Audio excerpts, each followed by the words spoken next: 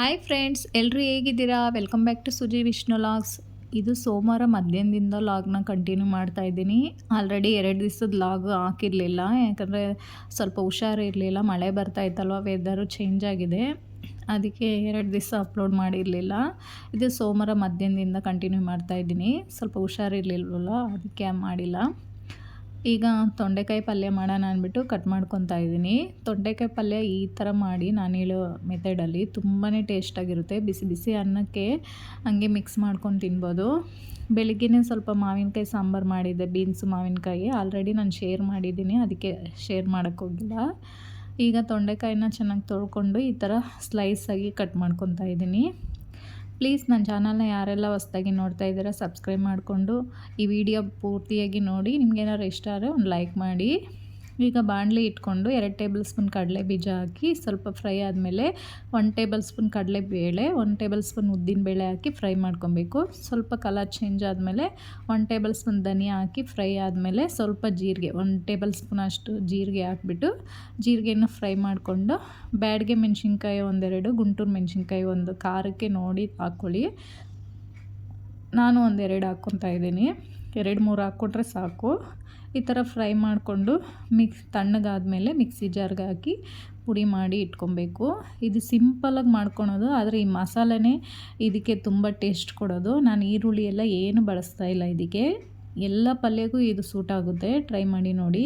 ಈಗ ಬಾಣಲಿಗೆ 1 table spoon ಎಣ್ಣೆ ಹಾಕಿ ಜೀರಿಗೆ, ಸಾಸಿವೆ, ಕಡಲೆಬೇಳೆ, ಉದ್ದಿನಬೇಳೆ, 1 ಒಣಗಿದ ಮೆಣಸಿನ್ಕಾಯಿ ಹಾಕಿ ಸ್ವಲ್ಪ ಕರಿಬೇವು ಹಾಕಿದ್ದೀನಿ.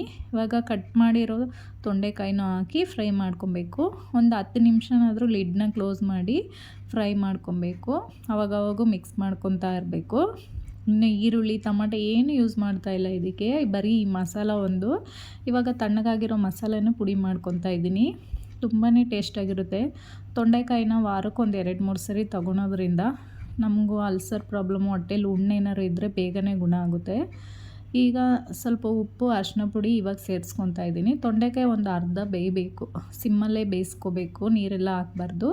ಇವಾಗ ಮುಕ್ಕಾಲು ಭಾಗ ಬೆಂದಿದೆ ಅಂದಾಗ ಆ ಮಸಾಲೆನ 1-2 ಸ್ಪೂನ್ ಸೇರಿಸ್ಕೊಂಡ್ರೆ ಸಾಕು. ತುಂಬಾ ಟೇಸ್ಟಾಗಿರುತ್ತೆ. ಬಿಸಿ ಬಿಸಿ ಅನ್ನಗೆ ಬರೀ ಪಲ್ಯದಲ್ಲೇ ತಿಂದಿದ್ದೀನಿ ನಾನು.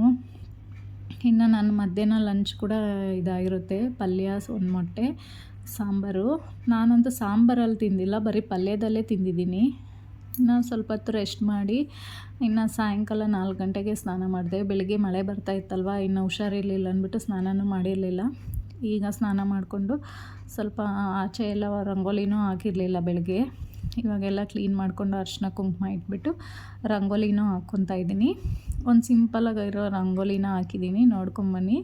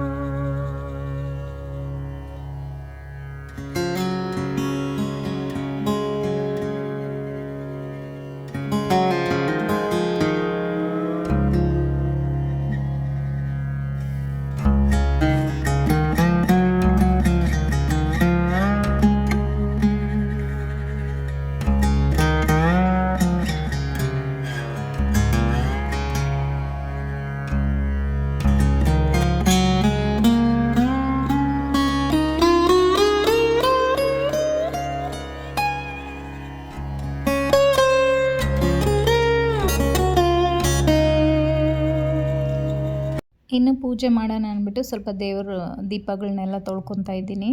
ನಾನಿಲ್ಲಿ ಡಿಮಾರ್ಟಿಂದ ಈ ಪೌಡ್ರ್ ತೊಗೊಂಬಂದೆ, ರಿಫ್ಲೆಕ್ಟ್ ಅಂದ್ಬಿಟ್ಟು. 30 ರೂಪಾಯಿಗೆ ಜಸ್ಟ್ ಬೈ 1 ಗೆಟ್ 1 ಕೊಡ್ತಾರೆ.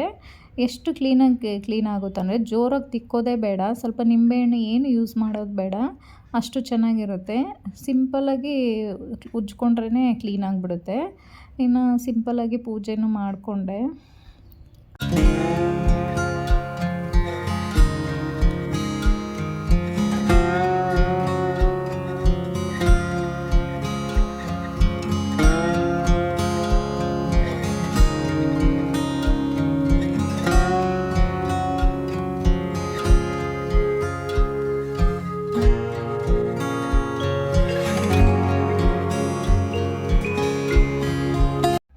ಸಾಯಂಕಾಲ ಮಳೆ ಬರ್ತಾಯಿತ್ತು, ಸ್ವಲ್ಪ ಚಳಿನೂ ಆಗ್ತಾಯಿತ್ತು ಅಂತ ಹೇಳ್ಬಿಟ್ಟು ಬಿಸಿ ನೀರು ಇಟ್ಕೊಂಡು ಸ್ವಲ್ಪ ಬಿಸಿ ನೀರಿಗೂ ಕುಡಿದ್ಬಿಟ್ಟು ಈಗ ಬಾಳೆಕಾಯಿ ಬಜ್ಜಿ ಮಾಡ್ತಾಯಿದ್ದೀನಿ.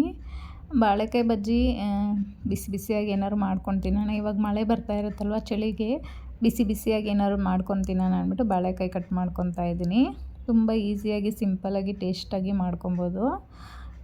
ಫಸ್ಟು ನಾನು ಚೆನ್ನಾಗಿ ಕಟ್ ಮಾಡಿಕೊಂಡು ಸಣ್ಣದಾಗಿ ನೀರಲ್ಲಿ ಹಾಕಿ ಇಟ್ಕೊತಾ ಇದ್ದೀನಿ. ಇದಕ್ಕೆ 1 ಕಪ್ ಆಗೋಷ್ಟು ಕಡಲೆ ಹಸಿಟ್ಟನ್ನ ಹಾಕ್ಕೊಂಡು ಒಂದು ಅರ್ಧ ಸ್ಪೂನ್ ಖಾರದ ಪುಡಿ, ಸ್ವಲ್ಪ ಉಪ್ಪು, ರುಚಿಗೆ ಎಷ್ಟು ಬೇಕೋ ಅಷ್ಟು ಉಪ್ಪು, ಜೀರಿಗೆ ಪುಡಿ ಒಂದು ಅರ್ಧ ಸ್ಪೂನು, ಓಮ್ ಕಾಳು ಬರುತ್ತಲ್ವ ಅದೊಂದು 1/4 ಸ್ಪೂನ್ ಹಾಕಿದ್ದೀನಿ, ಸ್ವಲ್ಪ ಶುಂಠಿ ಬೆಳ್ಳುಳ್ಳಿ ಪೇಸ್ಟು, ಸ್ವಲ್ಪ ಜೀರಿಗೆ, ನೀರು ಹಾಕಿ ಚೆನ್ನಾಗಿ ಮಿಕ್ಸ್ ಮಾಡ್ಕೊಬೇಕು. ತುಂಬಾ ಟೇಸ್ಟಾಗಿರುತ್ತೆ. ನಾನು ಸೋಡಾ ಏನೂ ಸೇರಿಸಿಲ್ಲ.